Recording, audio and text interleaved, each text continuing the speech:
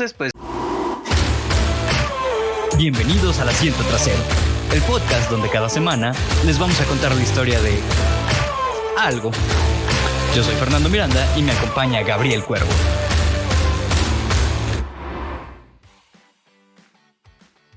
Bienvenidos al episodio número 12 del Asiento Trasero. Yo soy Fernando Miranda y me acompaña Gabriel Cuervo. ¿Qué pedo, Gabo? Aquí muy chingón, ya listo para un episodio más. Que la neta, siento que este te va a gustar, porque la neta está muy bueno. Ah, qué caray, güey. Que de hecho todavía me están llegando reclamos del episodio anterior de Panda, güey. Ajá. Una amiga está como de, es que ¿cómo se te ocurre hablar así de Panda? Y es como de, a ver, mira, primero que nada, yo no dije nada. Como que no dije nada que no fuera una mentira. Son hechos, la investigación se hizo, se sacó de entrevistas. Ahí está. No, a mí me reclamaron Entonces, del sí. de plagio, güey. De que, Sí vi. de que no, es que en su intro, ¿cómo van a hacer eso? Es de leyendas legendarias. Y es como que sí. Por algo tenemos a Alejandra regañándonos en un audio. Ajá. Era un chiste, niños. Se llama humor. Ajá. Sí, o sea, es un episodio de plagios. Queríamos hacer algo que estuviera relacionado a los plagios. Sí, que no vieron la portada también, es como que nadie se dio cuenta que era la portada Ajá. de leyendas.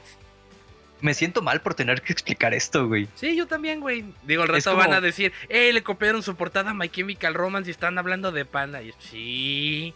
Ajá. Así como Panda tomó canciones, nosotros tomamos una imagen, es lo mismo. Es como ver que el shampoo tiene instrucciones. Pero ¿sabes que eso tiene una razón muy pendeja, pero muy real, güey? Ajá. No, es que se supone, ese pedo empieza por McDonald's, güey. Porque creo que fue en los 80s o 90s que una doña sufrió quemaduras por tomarse un café de McDonald's. Entonces va, los demás desarman el pedo. Y la doña les ganó, güey, porque ella decía que ella no sabía que el café estaba caliente y que no había nada que se lo avisara. Por eso hoy en día, güey, cuando tú compras un café en McDonald's, te dice, contiene bebida caliente. Así de cuidado, idiota. Está caliente. Sí, por eso es que hoy en día hay latas de atún con instrucciones, que eso yo también pensaba que era bien pendejo, pero pues al parecer hay gente que se corta abriendo un atún. Ok. Entonces hay instrucciones, güey. Pueden ir a checar a su alacena, probablemente traigan instrucciones sus latas de atún. Y eso lo hacen los Pues- gringos para evitar demandas. Sí, sobre todo los gringos que son bien pederos. Sí, están buscando cualquier cosita por hacer una demanda. Hay gente que vive de hacer demandas. Oh, sí. Entonces, pues, bueno, creo que ya divagamos un poco. Vamos empezando con esto. ¿Qué traes? Ok, pues hoy en un tema muy bonito, muy interesante, vamos a hablar acerca de juegos de rol, de los nazis y de judíos. Ok. Alguna... Así como que suena muy extraño, ¿qué tienen que ver los juegos de rol con los judíos? Pero sí tuvieron que ver en algún momento. Güey, los juegos de rol tienen que ver con todo. Ujú. Con lo que tú quieras hay un juego de rol. Ok, pues entonces hoy les voy a hablar del experimento de la cárcel de Stanford. ¡Oh, no mames! ¿Sí has oído Ok. de ese pedo? Sí. Ok, pues para el que no, aquí les va. Pero ya ves que aquí nos gusta comenzar las historias mucho tiempo antes de cuando sucedieron. Ujú. Pues esto empieza el 31 de julio de 1941 con el austriaco-alemán Otto Adolf Eichmann. Que a este güey lo vamos a llamar un genio, pero el más hijo de la verga de la historia de la humanidad, güey. Ujú. Este güey es un oficial de alto rango bueno, era, ya hoy en día ya no está con nosotros, pero era un oficial de alto rango del ejército nazi, considerado responsable y organizador de la llamada solución final de la cuestión judía, o en alemán, perdón por mi alemán, pero es algo como Endlösung der Judenfrage, Rastenbergen. que es el nombre del plan del Tercer Reich para llevar a cabo la eliminación sistemática de la población judía europea durante la Segunda Guerra Mundial. O sea, sé que este güey es el que inventó el Holocausto. Güey. No, sí, güey, él fue el que diseñó todo, güey. Ese güey es el artífice de la mano de Hitler que le autorizó todo, pero este Ujú. güey es el genio detrás de ese pedo. Imagínate cómo llegaste a ese pedo, güey. un día te levantas, es un día cualquiera, desayunas, te lavas los dientes y llegas con el Adolfito. Oiga, patrón, ¿qué le parece si los empezamos a encerrar? ¿A quién? Pues a los judíos, así andan muy libres. Oye, sí, no se me había ocurrido. Eso como que de irlos buscando de uno en uno no está tan chido. Sí, eso de fusilarlos como que es con mucho gasto de balas, ¿no? Ajá, pues mejor, ¿qué te parece si los juntamos a todos en un... Ok, sí, dale un ascenso a este cabrón. Más o menos por ahí va la historia, no tan exacta así. Pero, según una carta de Eichmann, se le había pedido un plan global de las medidas organizativas, prácticas y financieras necesarias para la ejecución de la solución final, que se pretendía dar al problema judío. O sea, básicamente este güey se tuvo que chingar el marco teórico, su justificación, hacer su abstract, todo ese pedo se lo tuvo que aventar. Verga, güey. Sí. Era el vato que se quedaba dormido en metodología de la investigación, ¿no? Porque si bien los asesinatos en masa de judíos ya habían comenzado con la invasión de la Unión Soviética, no se incluía todavía en el marco un plan determinado para exterminar totalmente a los judíos. Entonces este güey se lo asignan y en el plan que hizo las órdenes eran muy vagas. Esto debido a que Hitler se oponía a las deportaciones masivas. Es como que, o sea, no hay que llevarnos tantos, está culero sacarlos de su país. Sí los estamos matando, sí, pero en su país. Por lo menos los entierra su familia. En su casita. O sea, no los incomodamos sacándolos de su país. Ahí en su casa, con su familia. Pero lo que sí hicieron primero, y fue idea de este cabrón, se autorizó que se les marcara a cada judío para deshumanizarlos con una señal grande y claramente visible. Creo que todos sabemos que son unos tatuajes con números. Sí. Posteriormente, y por iniciativa de este cabrón, se crearon campos de exterminio en Polonia llamados Belzec, Sobibór y Treblinka, y el más importante y más conocido, obra de este cabrón, Auschwitz. Todos van a decir, pues, ¿qué chingados es Auschwitz? Pues es donde estaba Ana Frank, para referenciarlos rápido. Pues, pero Ana Frank no se la llevaron, ¿no? Sí, estuvo en Auschwitz.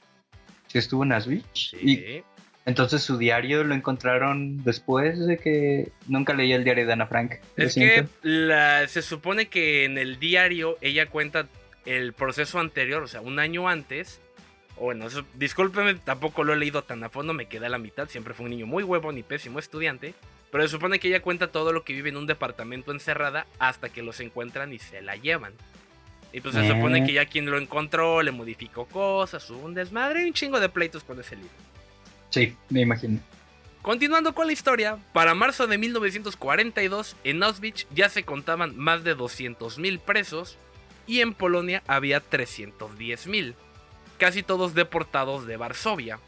Los niños que permanecían vivos provisionalmente eran trabajadores de las fábricas de la industria bélica y para septiembre del 42 se llevaban a cabo las primeras acciones de exterminio en masa por medio del gas Ciclón B. Para octubre del 42 había días en los que se gaseaban a cerca de 24.000 judíos entre los 4 campos. Y en total producto de este plan fueron gaseados más de 3 millones de judíos y otros 3 millones entre fusilamientos y otras obras de asesinato en masa. Ok. O sea, este cabrón sí se tiró un planzazo. Porque resulta ser, güey, que económicamente fue muy viable los campos de concentración, güey. Casi que... Creo que gastaron menos del 10% de lo que tenían pronosticado y se ahorraron quién sabe cuántos millones en balas. Oh, mira. Sí, o sea, hasta economista salió el culero. Finalmente, después de la caída del Tercer Reich y de la muerte de Hitler, Adolf Eichmann huyó de Alemania hacia Italia, específicamente a Génova, donde un franciscano llamado Eduardo Domoter le entregó una carta en la que decía que era un refugiado de guerra. Estos documentos le habilitaron para obtener un pasaporte humanitario de la Cruz Roja y los permisos de entrada restantes que le permitieron irse a Argentina. De aquí sale el mito de que en realidad Hitler no se mató, que se fue a Argentina, porque mucha banda hizo eso, güey. Sacaban papeles y huyeron para allá. Entonces este güey partió de Génova en barco el 17 de junio del 50 y llega a Buenos Aires el 14 de julio bajo el nombre de Ricardo Clement. De ahí se traslada a la ciudad de Tucumán, muy conocida en Argentina, de hecho es una ciudad muy importante junto con Buenos Aires, y empieza a trabajar en una empresa alemana. 2 años después quebró esa empresa en la que trabajaba y empezó a trabajar en una fábrica de jugos de frutas que tampoco tuvo éxito. Intentó instalar una tintorería, pero también fracasó, por lo que entró a trabajar en una fábrica de boilers de la marca Orbis. Chale, güey. Puto karma. Que es una ironía, güey, que es como que, yo fui el que inventó el concepto de las cámaras de gas. Sí, puto, pues ahora fabricas boilers. Pues ponte a hacer boilers, culero.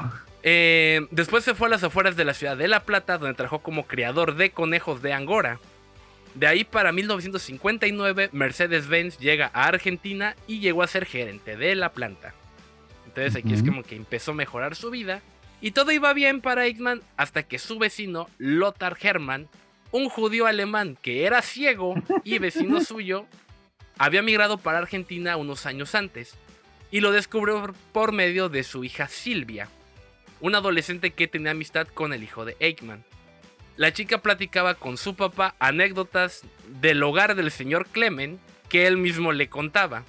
Y le hicieron caer en la cuenta de su verdadera identidad. O sea, es como que qué pendejo, güey. ¿Por qué le cuentas a un adolescente? Pues mira, de donde yo vengo, pues a los judíos no los queremos mucho. No tanto. No los veíamos muy bien, que digamos. Sí, pues mira, al Chile, pues yo estaba en Alemania. Y pues yo era soldado nazi, y es como que, güey, o sea... Con sus trajecitos de la SS ahí colgados, ¿no? Así en marco y todo el pedo. Poquito le faltaba, y es que yo inventé los tatuajes con números. A la verga. Entonces una vez que se da cuenta de todo este pedo, el señor Lothar lo reportó al Mossad. El Mossad, para quien no sabe, así como yo, es la agencia de inteligencia israelí. Quienes mandan de encubierto al cazador de nazis, Simón Vicentai. Que se me suena un trabajo bien chingón, güey, cazador de nazis. Creo que salió una serie en Amazon Prime. Ajá. Que está relacionada a eso, güey. Que son unos... Creo que nada más vi los trailers. ¿Cómo se llamaba la puta serie? No me acuerdo cómo se llama la serie. Pero son cazadores de nazis. Pero creo que son judíos y ya son viejitos y todo el pedo y están haciendo su cagadero. Pues este güey era un israelí, güey. Pero es como que... Me suena muy cabrón, güey. ¿Qué te dedicas? No, yo soy obrero. No, pues yo soy electricista. Yo soy cazador de nazis a sueldo. Pero bueno, resulta que cuando Simón Wiesenthal llegó a Argentina, sedujo a un antiguo amante de Eichmann y por medio de ella lo pudieron identificar. Finalmente, el 11 de mayo de 1960, lo esperaron en una calle fingiendo una avería, y cuando Eichmann pasó en su automóvil, uno de los agentes, Peter Markin, lo llamó con la única frase que conocía en español, que era "un momentito, señor". En ese momento los agentes lo rodearon, lo introdujeron en el coche, y una vez dentro, uno de los agentes del Mossad le habló en alemán.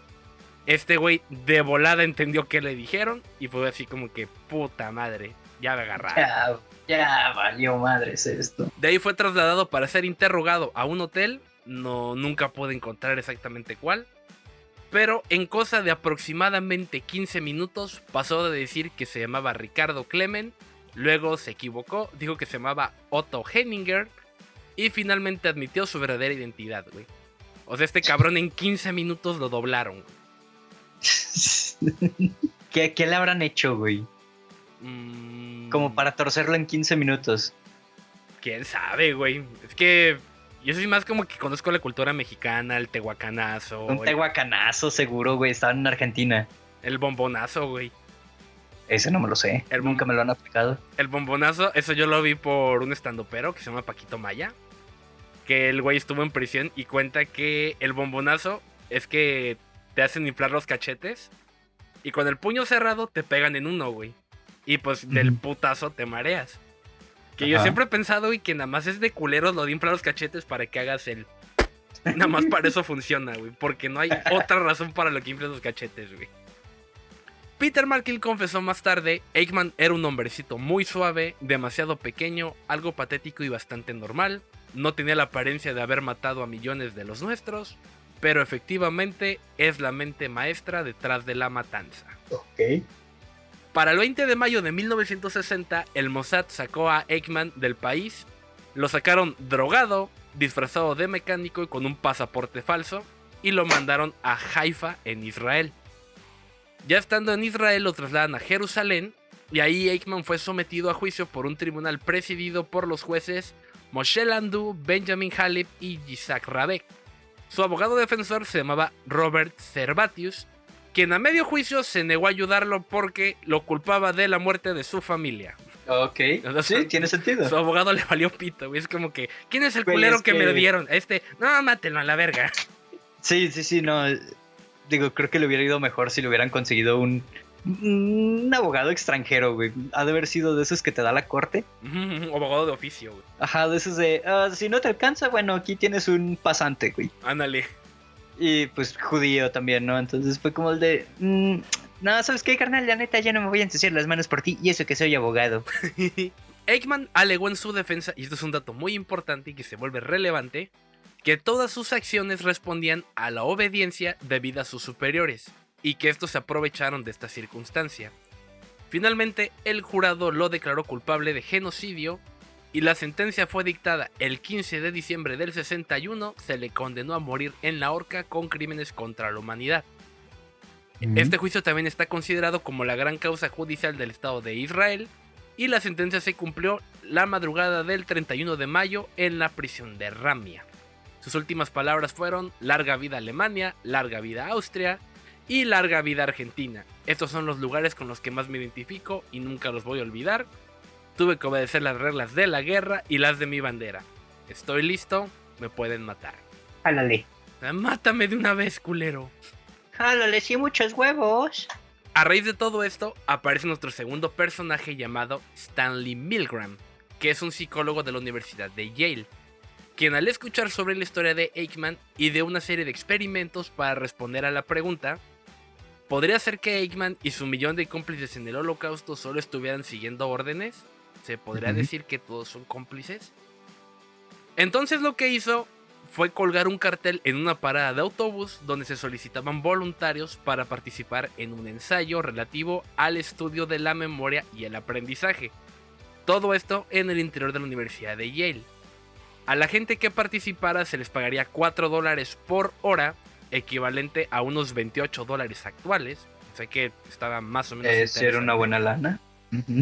A todos los voluntarios que se presentaron se les ocultó que en realidad iban a participar en una investigación sobre la obediencia a la autoridad. Los participantes eran personas entre 20 y 50 años de edad, de todo tipo de educación, desde los que acababan de salir de la escuela secundaria a participantes con doctorados. El experimento requería 3 personas: el experimentador, que era el investigador de la universidad, el maestro, que sería el voluntario que leyó el anuncio en el periódico, y el alumno. Normalmente un cómplice del experimentador que se hace pasar por participante durante el experimento. Entonces el experimentador le explica a los participantes que uno tiene que hacer de maestro y castigar con descargas eléctricas al alumno cada vez que falla en responder una pregunta. Pero a continuación, cada uno de los participantes escoge un papel de una caja que determinaría su rol en el experimento. Esto para que fuera aleatorio. El cómplice toma su papel y decía haber sido designado como alumno. El participante voluntario toma el suyo y ve que dice maestro, pero en realidad ambos papeles ponían maestro. Así se consigue que siempre el voluntario es con quien se va a experimentar. Entonces, el alumno se sentaba en una silla eléctrica en un cuarto que separaba al maestro y al investigador por un vidrio. Se le ataba para impedir un movimiento excesivo o que éste escapara durante el experimento. Se le colocaban electrodos en su cuerpo con crema para evitar quemaduras y se le señala que las descargas pueden llegar a ser extremadamente dolorosas, pero que no podían provocar daños irreversibles a menos que se muriera. Ok. No hay algo más irreversible que la muerte, entonces técnicamente tenían razón. Sí, todo esto era observado por el maestro que se encontraba del otro lado del vidrio. A los participantes se les comunicaba que el experimento estaba siendo grabado para que supieran que no podían negar posteriormente lo ocurrido. Entonces, una vez que ya estaba sentado el alumno en la silla, se le daba una descarga real de 45 voltios, con el fin de que el maestro pudiera comprobar visualmente qué estaba sucediéndole y que le iba a doler. Una vez con esto, al maestro se le daba una descarga por un electrodo, también de 45 voltios reales, para que pudiera saber cuánto le dolía a su alumno y la sensación tan desagradable que recibiría. Seguidamente el investigador le entregaba al maestro una lista con pares de palabras que tenía que enseñar al alumno. El maestro comenzaba leyendo la lista y tras finalizar tenía que leer únicamente una de las dos y le daba 4 respuestas posibles a su alumno. O sea, algo así como un examen oral de opción múltiple, más o menos. Sí. Pues si la respuesta era errónea, el alumno recibiría del maestro una descarga, la cual inicialmente era de 15 voltios e iría aumentando en intensidad hasta los 30 niveles de descarga conocidos, es decir, hasta los 450 voltios. Si la respuesta era correcta, se pasaría a la palabra siguiente sin ser electrocutado.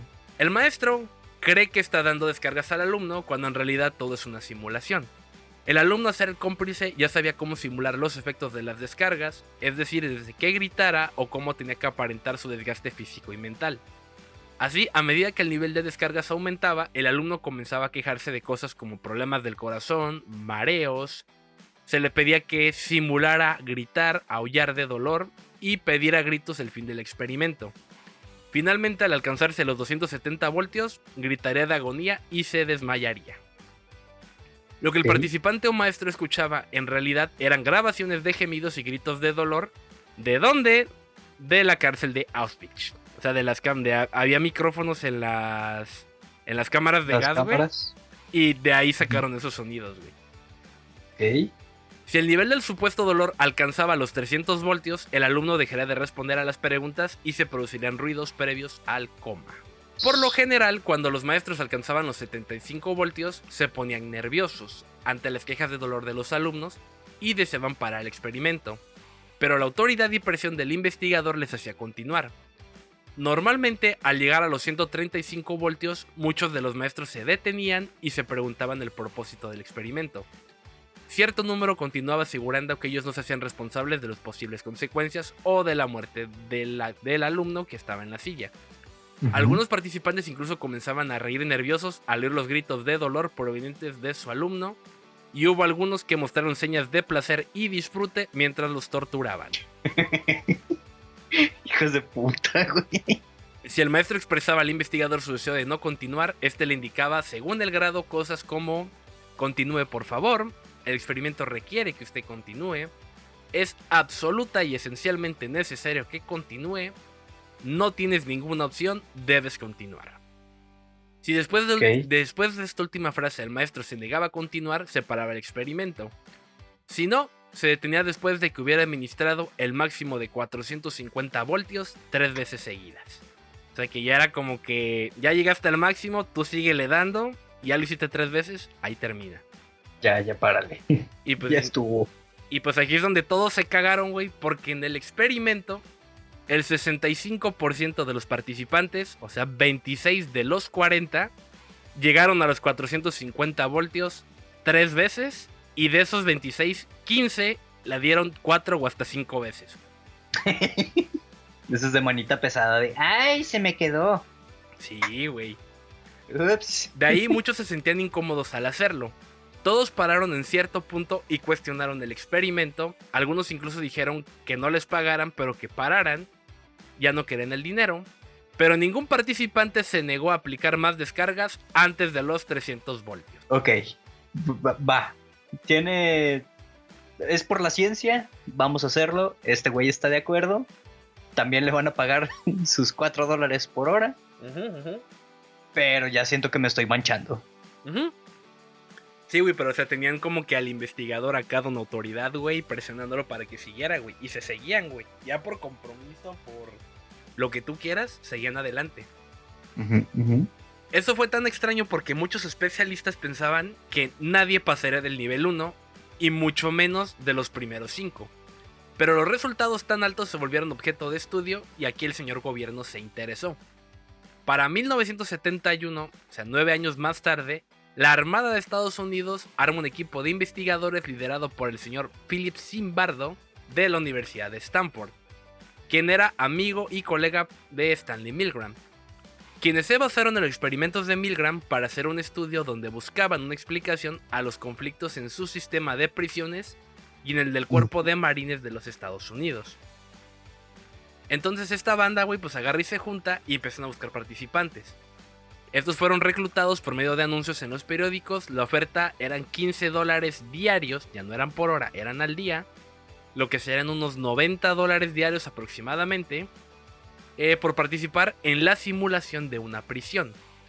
Sí. De los 70 candidatos que respondieron al anuncio, Zimbardo y su equipo seleccionaron a los 24 que estimaron más saludables y estables psicológicamente. Los participantes, obviamente, predominantemente blancos, jóvenes y de clase media. Todos estudiantes universitarios. Desde aquí no hay negritos porque se van a morir. El grupo de 24 personas fue dividido aleatoriamente en dos mitades, los prisioneros y los guardias. Sí. Se les asignó mediante volados, esto para garantizar que fuera aleatorio. Un investigador asistente sería el alcalde de la prisión y Zimbardo era el superintendente. Y aquí vino el primer problema, que fue un tipo de sugestión. Los prisioneros peleaban que los guardias habían sido elegidos por tener más complexión física, verse más fuertes o ser más robustos, aunque en realidad no había diferencias objetivas de estatura o complexión entre los dos grupos, ya que todo había sido por medio de lanzar monedas.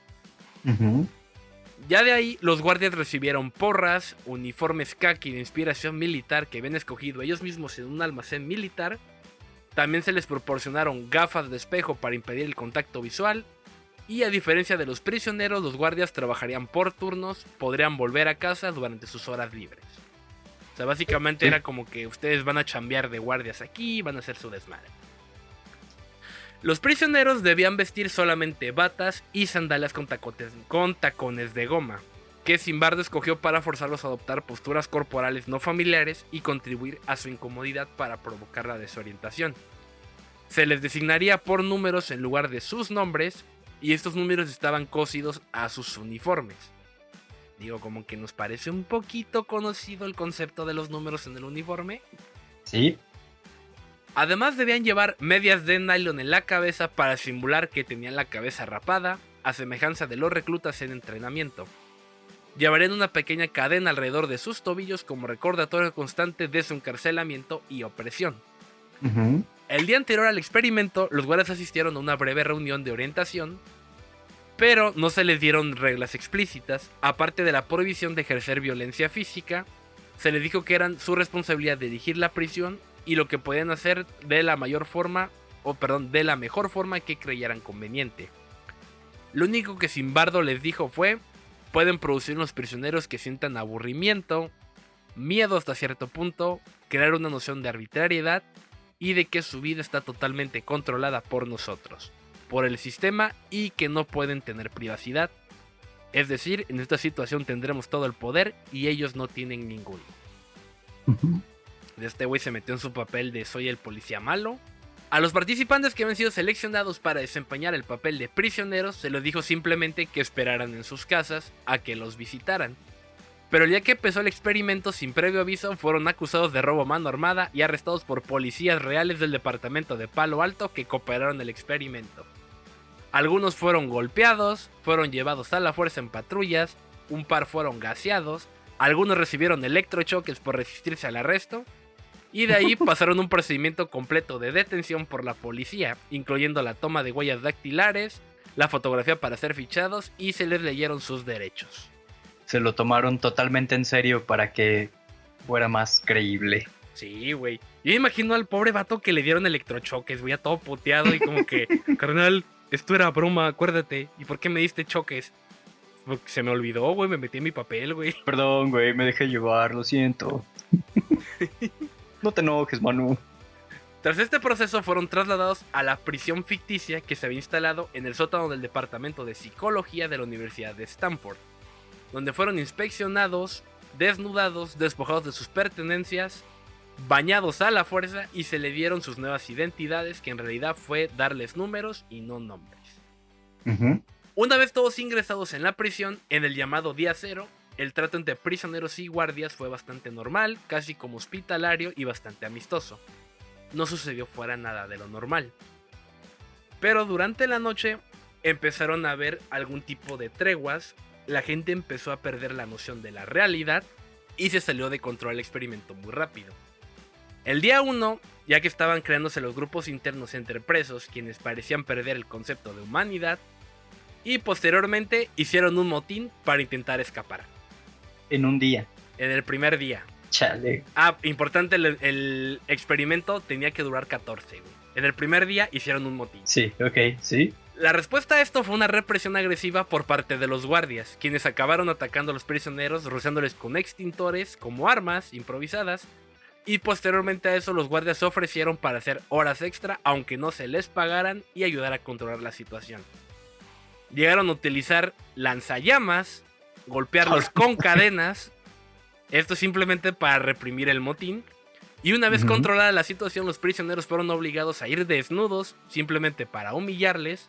Les negaron el derecho a ir al baño para convertirlo en un privilegio de quienes se portaban bien, o también como una costosa recompensa, y se decidió convertir la comida en un premio en lugar de mantenerlo como un derecho dentro de la prisión. Sí. El primer día, güey. O sea, el primer día ya los estaban madreando, güey. Sí, no, el primer día ya valió madres todo, güey. O sea, yo me hubiera esperado, o sea, que esto pasara así, pero como al cuarto, quinto día, güey. No, el primer día, güey, todos se volvieron locos. De ahí para el segundo día se pasó a prácticas más crueles. Los obligaban a algunos prisioneros a dormir en el suelo, desnudos, para lo cual les quitaron la ropa y los colchones de las celdas.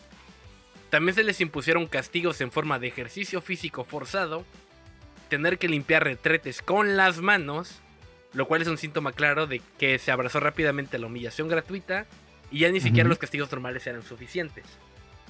Aquí lo más grave que llegó a ocurrir, los presos tuvieron que tomar agua de los retretes porque no les daban agua.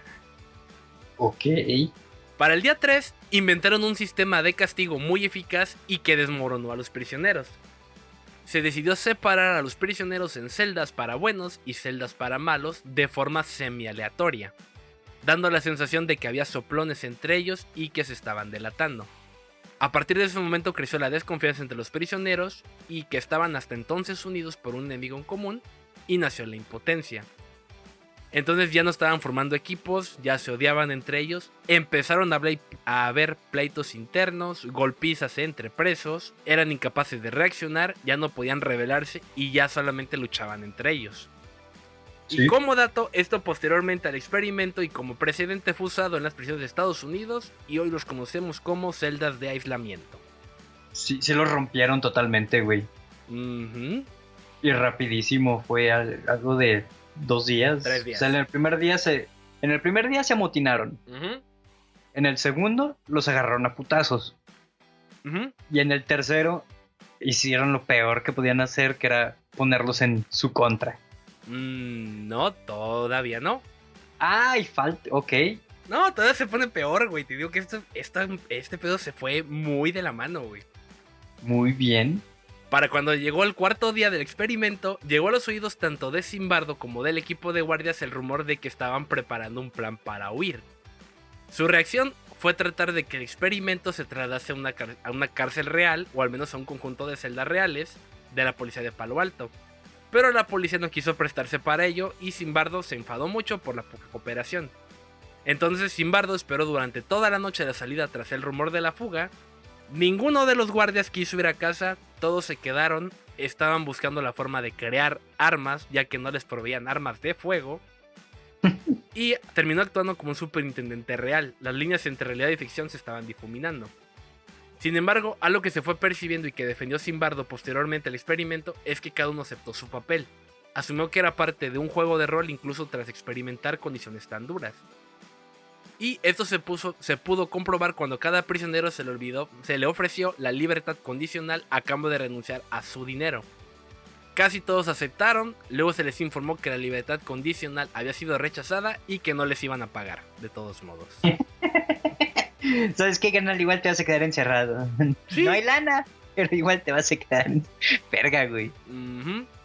Pero aquí viene lo peor, güey. Los prisioneros, en lugar de abandonar el experimento como parecía lógico que hicieran desde el día 1, ya no tenían dinero, los estaban torturando, ellos se podían ir libremente, nadie los iba a detener, pero se quedaron en la cárcel. Sí, los rompieron totalmente. Sí, güey, simplemente es como que se podían ir en cualquier momento, no se les ocurrió, solamente es como que, pues ya estoy aquí, ya qué pedo, güey. Pues si la hice la pago, carnal. De ahí, por los rumores del quinto día, los guardias pasaron a la tortura, un poquito más extenuante. Lo más efectivo que realizaban era interrumpirles el sueño o simplemente no dejarlos dormir. Para este punto los prisioneros, algunos habían dicho que habían cometido asesinatos, otros dijeron que mataron a su familia, otros por el trato sádico que habían recibido estaban teniendo delirios. Las humillaciones reiteradas y la opresión brutal los dejaba físicamente extenuados y mentalmente bloqueados. Algunos sufrieron trastornos, desórdenes emocionales, muchos vomitaban, otros lloraban en el interior de sus celdas, algunos tenían síntomas de depresión y hubo un suicidio. Oh, ok. A ver, espérate, ¿qué? Un vato se colgó, güey. ¿En cuántos días? 5. Verga, güey.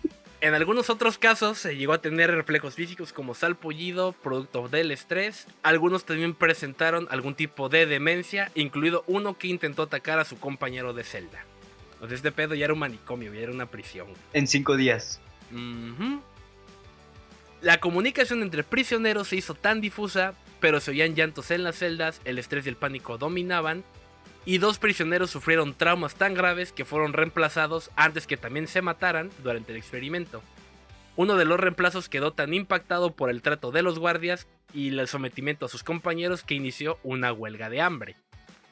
¿Por qué? Porque no sé, güey. El vato fue como que no voy a comer, de todos modos no nos dan comida, pero me voy a manifestar. ¿No se le ocurrió agarrar sus cositas e irse a su casa? No.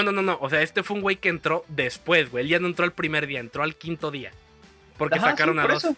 Pero como castigo, los guardias lo recluyeron en un pequeño cubículo y lo obligaron a sostener comida que se había negado a comer.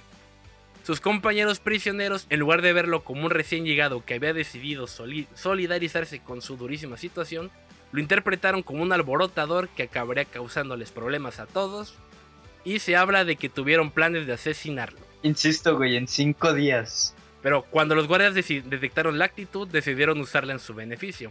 Ofrecieron a los prisioneros renunciar a las mantas, a los que tenían colchones y al resto de sus ropas para que terminaran con el confinamiento del que estaba en huelga de hambre, a lo que todos se negaron.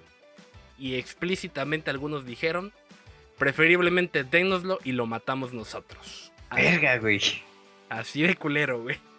Es que me sigue sorprendiendo que esto fue solo en 5 días. Y se quieren quebrar a un pobre pendejo que acaba de llegar. Sí, güey, porque este güey viene de revoltoso. Es que este güey no sabe cómo funcionan las cosas aquí adentro. ¡Güey! Sí. Al parecer tú tampoco. No, güey, lo peor es que todos se podían ir, güey. Nada más era que se pararan. Ya me quiero ir a mi casa. Ah, ok, pase usted. Era todo lo que tenían que hacer para salir, güey. No mames, sí los rompieron durísimo. Y pues ya te digo, entonces eligieron quedarse con las mantas. Este güey pues no tenía por qué estar ahí. Ya Zimbardo fue como que entró en razón porque el güey se malviajó, güey. O sea, el güey ya también ya estaba permitiendo ese pedo. Entonces entró en escena y obligó a permitir que el preso en huelga de hambre volviese a su celda. Cosa que fue una pésima idea porque le metieron una madriza que casi lo matan y acabó en el hospital. No mames. O sea, sí sabía que el experimento había estado cabrón, güey. Pero no tenía tantísimos detalles. No, güey, yo tuve que buscarlo por un chingo de lados, güey, porque la parte del suicidio fue como que... ¿Qué pedo? Y lo encontré como en 5 fuentes diferentes y fue como que... Verga, güey, sí se mató un cabrón, güey. En 3 días, güey. No, ya madreados, güey, o sea, ya estaban haciendo armas, güey. Y era como que... Me imagino al pobre cabrón rayando los barrotes con una barra de jabón que usaba de cuchillo, güey, porque la afiló. No sé, güey, una pendejada, güey. Pero bueno, finalmente cuando habían pasado 6 días desde el comienzo del experimento, Zimbardo decide cancelarlo. El motivo fue la visita de una estudiante llamada Cristina Marlach a las instalaciones donde tenía lugar para realizar entrevistas con los presos para ver cómo estaba su estado mental.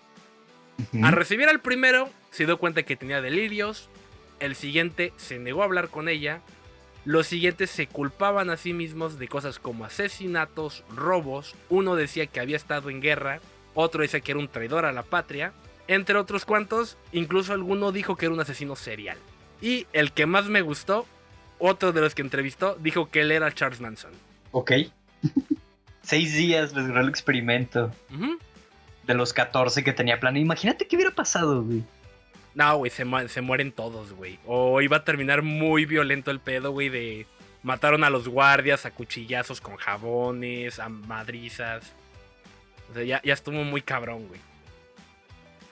Pero bueno, entonces, digo, una vez que ya decidí cancelarlo porque no había tenido una constancia de cómo era la rutina ahí, cuestionaron la ética, la moralidad de ese entorno y de las condiciones en las que estaban.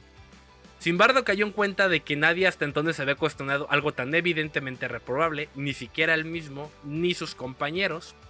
Los guardias estaban disfrutando de su rol, los prisioneros parecían haber aceptado su sometimiento y sus condiciones, y los investigadores estaban atendiendo el experimento sin tener en cuenta el factor humano y los límites de una investigación con personas como sujetos.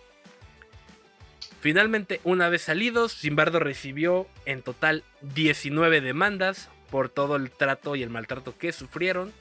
Y de los estudiantes, recordemos que eran 12, ninguno regresó a estudiar. Más de uno terminó en un manicomio y algunos simplemente se fueron a refugiar a algunas zonas alejadas. Nunca y se el supo suicidio. más. Ajá, y el que se suicidó.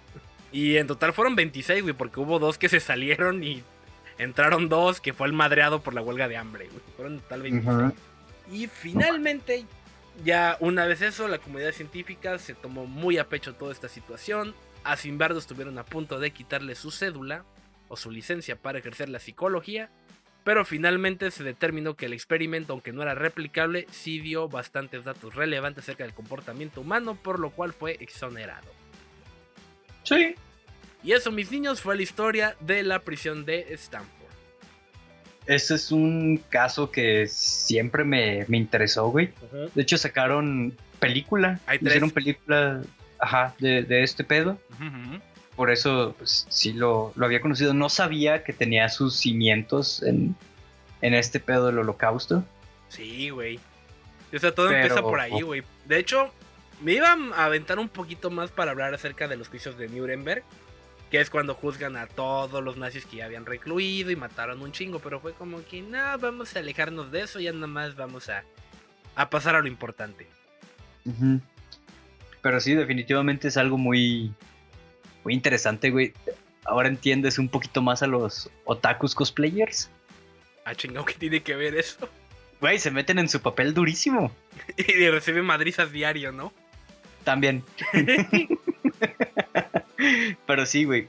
Te digo que los juegos de rol hay de todo, ¿no? O sea, puedes ver desde el más simplón, que las veces que yo he jugado rol es como de, sí, tiro un 20, ok, sí te pega, ¿no?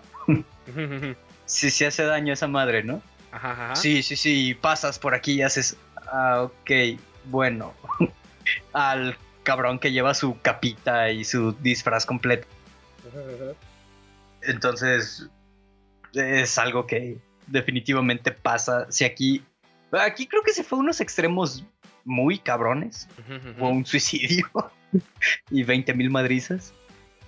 No, güey, ya cuando la banda perdió, o sea, la lógica, como el vato que dijo que era Charles Manson, de que es como que, güey, yo hice este desmadre, yo soy el artífice, o sea, ya estaban delirando, güey. Porque de hecho, estaba muy reciente ese pedo, según yo recuerdo, cuando lo encarcelan fue en el 71, o sea, fue un año antes de ese pedo, güey.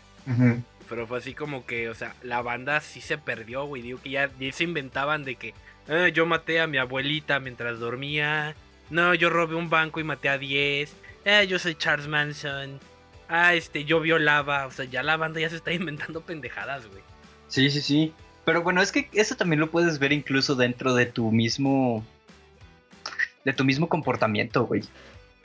Así de tu vida diaria. Dependiendo con las personas con las que estés, es la forma en la que actúas o haces ese cierto disfraz, por llamarlo de alguna forma. Pero sí está bien, cabrón. Sí, güey, es que ese pedo le dicen, es como la psicología de masas, güey. Que digamos un ejemplo, güey, que tú andas acá tranquilito y hay un güey que le agarra la nalga a una morra. Entonces pues ya no lo alejan, pero llegan 5 güeyes a madrearlo. Y como ya lo ven en el piso, güey, ya lo están puteando. Pues vas y le metes 2-3 patines, güey. Ajá, güey, como que ya en cuanto ya estás en la bolita, güey, o sea, ya en masa, ya te atreves a hacer pendejadas que normalmente no harías, güey. Que fue lo que aquí les pasó, güey, a los guardias, güey. Fue así de que tiene que haber un pendejo, güey, O sea, nada más faltó un pendejo que se le ocurrió. Pues están amotinándose. Yo voy a utilizar un extintor para calmarlos. Y luego un pendejo sacó el extintor, pero no soltó nada más soltó el gas, güey. Un cerillo o un encendedor y a la verga, güey, sacó fuego, güey. Y ya, güey, como ya vieron el desmadre, la banda se les fue a los putazos, güey. Pues es parte de la psicología de masas cómo funciona. Cuando estás en la bolita, pierdes tu individualidad. Y normalmente no harías esas cosas, pero como ya lo viste y ya está toda la banda ahí, güey, ya te tienes comprometido y vas, güey. Sí, güey. Como los raterillos que agarran y encueran. Güey, esas madres cómo las disfruto, güey. La neta, güey, todos se tienen que acordar de ahorita del... El vato de la combi, güey. Exactamente, güey, esa madre cómo la disfruté, güey. Sí. Y el venías bien, León. Anda, que muy León. No, que muy León. Sí, güey. Definitivamente. Igual, güey, la otra vez vi en YouTube, güey, un video de unos vatos en una moto. Y de repente agarra la policía y le cierra el paso y los güeyes doblan. Y vi una patrulla de frente, güey, y se le va a frenar. La madre, güey, se lo llevan, güey, a los vatos de la moto, güey. Vuelan como 20 metros, güey. Pero es como que súper disfrutable. O sea, está culero que lo disfrutemos, güey, porque sí está culero, o sea, son vidas humanas. Pero es como que, güey, pinches rateros, güey. Ya la neta les pasa algo, ya es como que ya no hay pedo. No se pierde nada. Pues sí, digo, fue episodio relativamente corto. Sí, cortito, 50 minutos más o menos, vamos llegando.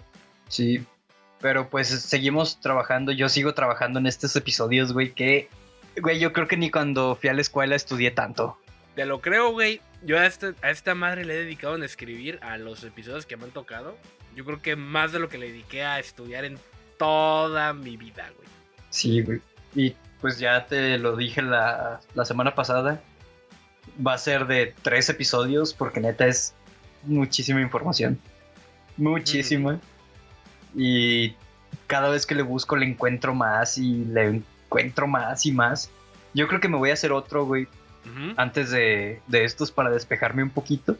Ok, sin pedo, tú dale. Y porque que de hecho ya estoy preparando otro, güey, en relación a experimentos. Y en ese va a estar bueno porque vamos a hablar de transexuales. Ok. Se va a poner bueno también. Muy bien. Pues yo creo que esto sería todo por hoy. Sí, redes por una sociales, vez uno cortito.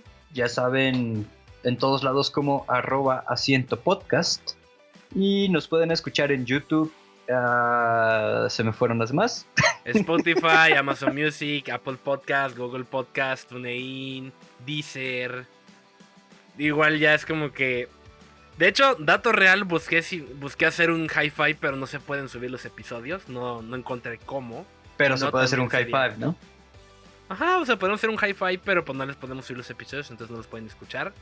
Metroflog ya no existe, si no también ahí andaríamos, pero pues desgraciadamente no podemos. Pero pues ya no hay. Que va a ser una buena idea, güey, deberían regresarlo, güey. ¿Qué, Metroflog? Sí. No, güey, tengo muy malos recuerdos de Metroflog. Güey, todos los chavorrucos de hoy en día, güey, en cuanto sepan que existe, ¡pum! Güey, se van a ir a meter, güey. Ahí para estar, güey, coméntame mi foto para que ya pueda llegar a tener 100 comentarios y subir 2 fotos diarias, güey, porque solo puedo una. Aquí paso a dejar mi firma. Ándale. Pero sí, güey, esa madre también fue un fenómeno muy cabrón, güey. Sí fue. Pero no, yo creo que sí, qué bueno que lo borraron, güey, porque estoy seguro que cada persona que nos escucha ahorita se acordó y dice... Sabe que tenía una foto bien culera, güey. Una foto que si hoy sale es como que... Verga, güey, ojalá esa madre ya se haya eliminado de los servidores porque no quiero que exista, güey. Ojalá que sí.